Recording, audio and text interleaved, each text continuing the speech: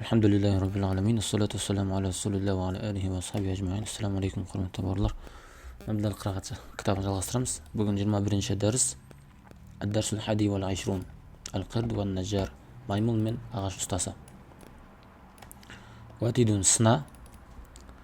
Орысшасы клин деп аталады екен. Бұл нәрсе жаңағы осы жаңағыдай бір жағы үшкірленген ағаш шеге сияқты. Ағашқа ұрылатын, ағашына жасалған шеге. Қибалун тарап, тәдәллин салбырау, шаққын жару, нәзуын алып тастау, асрун қысу, кәда жаздады, мысалы, өліп кете жаздады. Кәда ямут, өліп кете жаздады, ғуши алейхи, есен танып қалды. Енді оқиға. Юхка әнна қирдан ра'a нажаран. Юхка хикая етіліп айтылады. Бір маймыл ағаш ұстасын көргендігі хикая етіліп айтылады.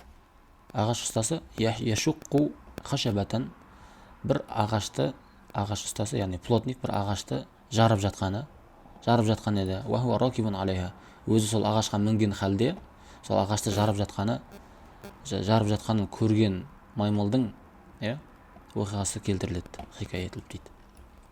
Вакана куллама шаққа минха зираған. Әлгі ұста ағаштан бір шынтақ жарған кезде, әрбір ағаштан бір шынтақ жарған кезде, адхала фиха ватидан, сол жарған жеріне сына қағатын еді, сына кіргіз қоятын еді. Яғни мысалға ойлаңыз, бір ағашты жарып жатыр да, сол жарған жарығы бір шынтақтай болған кезде, сол жарығы қайтып жабылып қалмасы үшін ағаш шегені кіргіз қоятын болғанда, жарық қайтып жарған жері қайтып орнына кіріп кетпеу үшін да, жиналып қалмау үшін, қосылып кетпеу үшін. Фавақафал қирду яндуру илейхи. Әлгі маймыл соған қарап тұрды. Вақад ахжабаху залика. Бұл істеп жатқаны оны, яғни маймылды таң қалдырды. Ахжаба. Сумма иннан наджара. Кейін жаңағы плотник захаба ли баъди хажатихи, кейбір қажеттерін өтеуге кетіп қалды дейді. Фа арадал қирду ан яф'ала кама фa'ала наджар.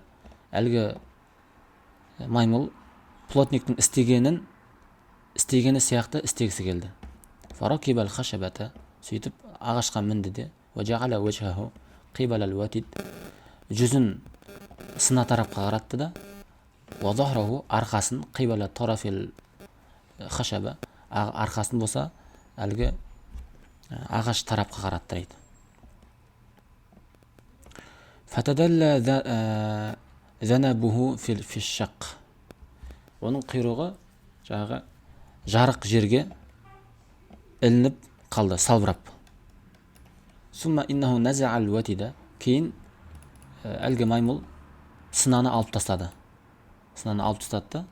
Қағылып тұрған жарыққа. Фаасара шаққу занабаху. Сөйтіп жарық оның құйрығын қысып қалды. Фаахада ясруху сурахан хаилан.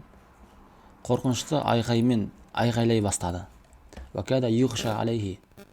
Есінен танып кете жаздады. Мен шиддатил әлем. Аурудың қаттылығынан есінен танып кете жаздап, қатты қорқынышты айғаймен айғайлады. Вафидаликал уақти, сол уақытта жаан наджар, плотник кеп қалды, ағаш ұстасы. Илал хашаба, ағашқа, фарааху, маймылды көріп қалды келіп. Аля тилкал халя, осындай халде, құйрығы жарыққа қысылған халде айғайлап жатқанын көріп қалды. Фаахада асан, сөйтіп әлгі плотник ағашты алды да, ва ахада ядрибуху дарбан шадидан, қатты ұра бастады. Қатты соққымен ұра бастады жаңағы маймылды. Факана ма лақия минан наджар ашадда мимма лақия минал хашаб. Әлгі ағаштың жарығына қысылған ағаштан көрген ауруынан қаттырақ немесе факана ма лақия минан наджар, плотниктан көрген қиындығы, яғни лақия деген жолықтыру ғой. Плотниктен көргені қаттырақ еді. Ағаштан көргенінен, яғни ағашқа құйрығы қысылып қалғанынан қаттырақ ұрды да плотник оны. Сол мына жерде айтылып тұр.